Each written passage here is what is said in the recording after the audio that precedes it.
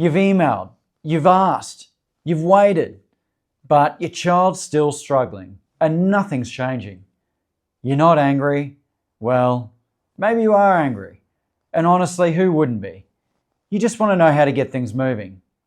This video will show you exactly how to advocate for your child without being dismissed, without burning bridges either. I'm Brendan. I've worked in schools for over 20 years as a guidance officer, and now I'm working at the Guided Path as a Behaviour Support Specialist. I know how the system works, where the bottlenecks are, and what actually moves things forward. And importantly, I work with families just like yours. Families that are tired, frustrated, feeling shut out of decisions that affect their child every day. I've sat in those meetings, I've written the reports, I've advocated on both sides of the table. So what I'm going to share today is the stuff that really helps. Not just generic tips, but the exact strategies I'd want a parent to know if they were stepping into a school meeting tomorrow. Let's talk about action. Step 1, request a meeting. Don't wait for one. Whether it's with a classroom teacher, year level coordinator, or someone in the leadership team, request time to talk about what's happening for your child. Be specific in your email. I'd like to talk about support strategies that can help my child succeed at school. Step 2, ask for a referral to the school support team. Most schools have some kind of support team, a behaviour support team, or something similar.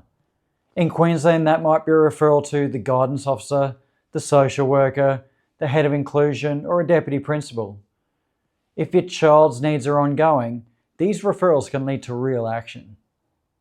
Step 3, know the policy landscape. Even if your child doesn't have a formal diagnosis or an NDIS plan, schools are still required to make reasonable adjustments. That includes support for anxiety, emotional regulation, school avoidance, trauma, or sensory needs.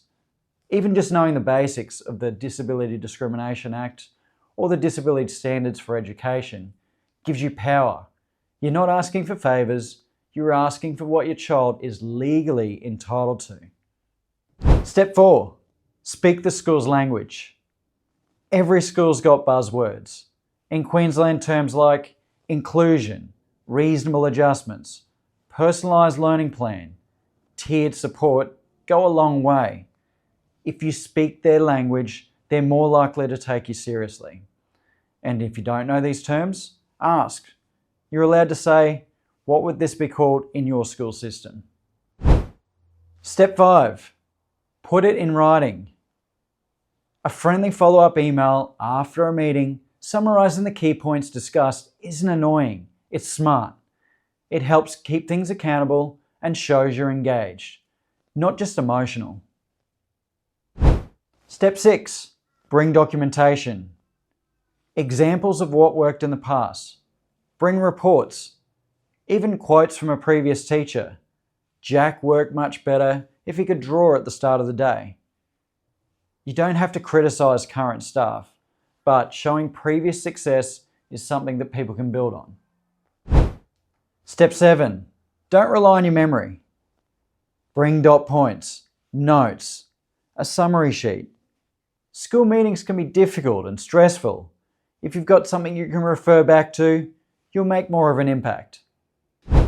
Step 8, take a breath if your emotions rise.